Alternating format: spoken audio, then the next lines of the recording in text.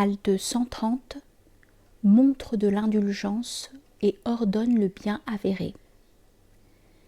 Le Très-Haut a dit: montre de l'indulgence et ordonne le bien avéré et écarte-toi des ignorants.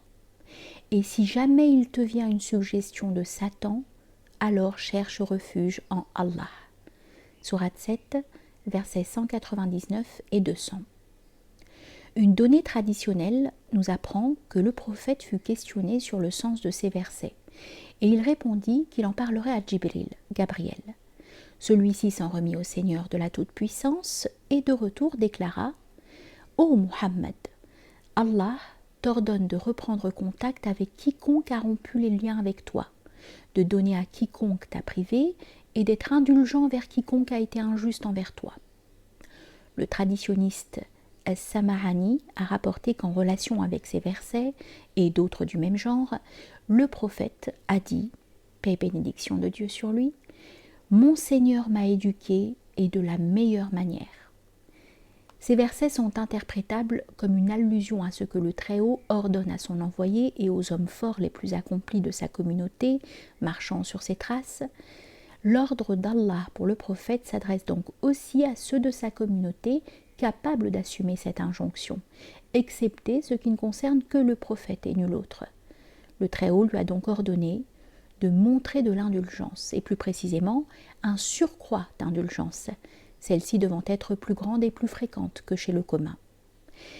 Il devait prendre sur soi et en faire plus que ce qui permet d'assumer le minimum, et plus que ce qui est requis de tout à chacun. En cela, il a une excellence dans la complétude, le bon comportement et la vertu.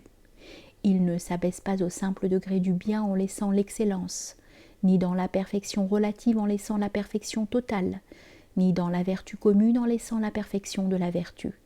Au contraire, Dieu lui a enjoint de suivre les ordres et les lois dans leurs aspects les plus exigeants.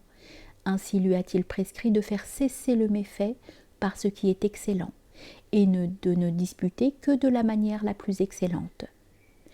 Il fut donc ordonné au prophète lui-même et aux êtres accomplis de sa communauté de se conformer à l'excellence de ce que leur Seigneur avait révélé. Le Très-Haut, qu'il soit exalté, a dit: Et conformez-vous à l'excellence de ce qui est descendu vers vous de la part de votre Seigneur. Sourate 39, verset 55. Ordonner une chose, c'est interdire son contraire, et en l'occurrence, se laisser aller aux accommodements, ce qui est le fait des faibles assumant le minimum requis, sans réaliser l'excellence dans la vertu et sans viser la perfection. Le commandement à faire le bien dépend de ce qu'implique la parole du Très-Haut, qu'il soit exalté, montre de l'indulgence. En effet, dans la mesure où le prophète s'oblige à réaliser l'excellence dans la perfection et la vertu, on peut comprendre que l'ordre s'adressant à son prochain n'est pas du même degré d'exigence, car ce qu'il ordonne est de pratiquer le bien consensuel, c'est-à-dire ce qui est bon selon la loi sacrée, selon le bon usage, ce qui permet d'assumer le minimum demandé, ce qui évite le blâmable et la contestation. Il n'ordonne pas au commun des hommes ce qu'il ne peut supporter, et n'oblige pas les âmes à pratiquer ce qui dépasse leur capacité. Il leur enjoint ce qui convient aux faibles dont l'énergie spirituelle est moindre et qui se satisfont de la médiocrité. Il est établi par ailleurs que le prophète, qu'Allah répande sur lui la bénédiction unitive et la paix, ordonnait au commun des gens ce qui était le plus facile et le plus simple, en disant qu'il était envoyé avec la tradition innée, libérale et facile, alors qu'il prenait sur lui le surcroît de difficulté. C'est ainsi qu'il restait debout en prière la nuit, au point que ses pieds enflaient alors qu'il disait à autrui « Veille et dors ». Il attachait une pierre sur son ventre pour supporter la faim, alors qu'il autorisait certains à faire des réserves de nourriture. Il faisait plusieurs jours de jeûne sans interruption, alors qu'il l'interdisait aux autres. « Écarte-toi des ignorants » est aussi un ordre qui est donné aux prophètes et à ceux qui ont la force d'âme pour suivre sa trace, en défiant les difficultés dans leur quête de la plus haute vertu et de la perfection.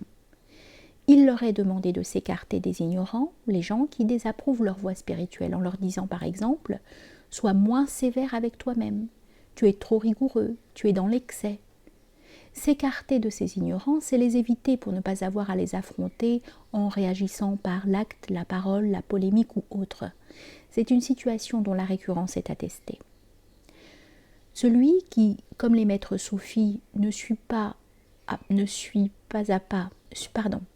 celui qui, comme les maîtres soufis, suit pas à pas la tradition de l'envoyé d'Allah dans ses états spirituels, voit se multiplier les blâmes et on ne lui donne pas d'excuses, on élèvera contre lui tous les reproches et toutes les critiques. Mais celui qui goûte les fruits d'une telle voie et entre dans l'intimité du groupe qui la suit, nul ne pourra le dissuader et le détourner. Et si jamais il te vient une suggestion de Satan, cela s'adresse aux prophètes, mais vise en réalité les parfaits qui suivent ses traces pas à pas, sachant que le prophète est immunisé contre la suggestion de Satan. Il arrive qu'ils soient pris de découragement et de défaillance dans leur détermination. C'est alors qu'ils ressentent la suggestion satanique capable de gâter leur progression spirituelle. Cette suggestion leur préconisant les accommodements qui le feraient chuter de leur degré d'excellence vers un degré inférieur. C'est à ce moment-là qu'il leur est ordonné « cherche refuge en Allah », autrement dit « retranche-toi dans la citadelle inexpugnable d'Allah », te garantissant contre toute suggestion qui pourrait amener une dégénérescence, et persiste dans ta voie exemplaire en refusant d'adopter l'inférieur à la place du supérieur et du meilleur. Allah, qu'il soit exalté, par sa grâce te suffira comme protection contre Satan et contre tout mal et tout dommage venant de lui.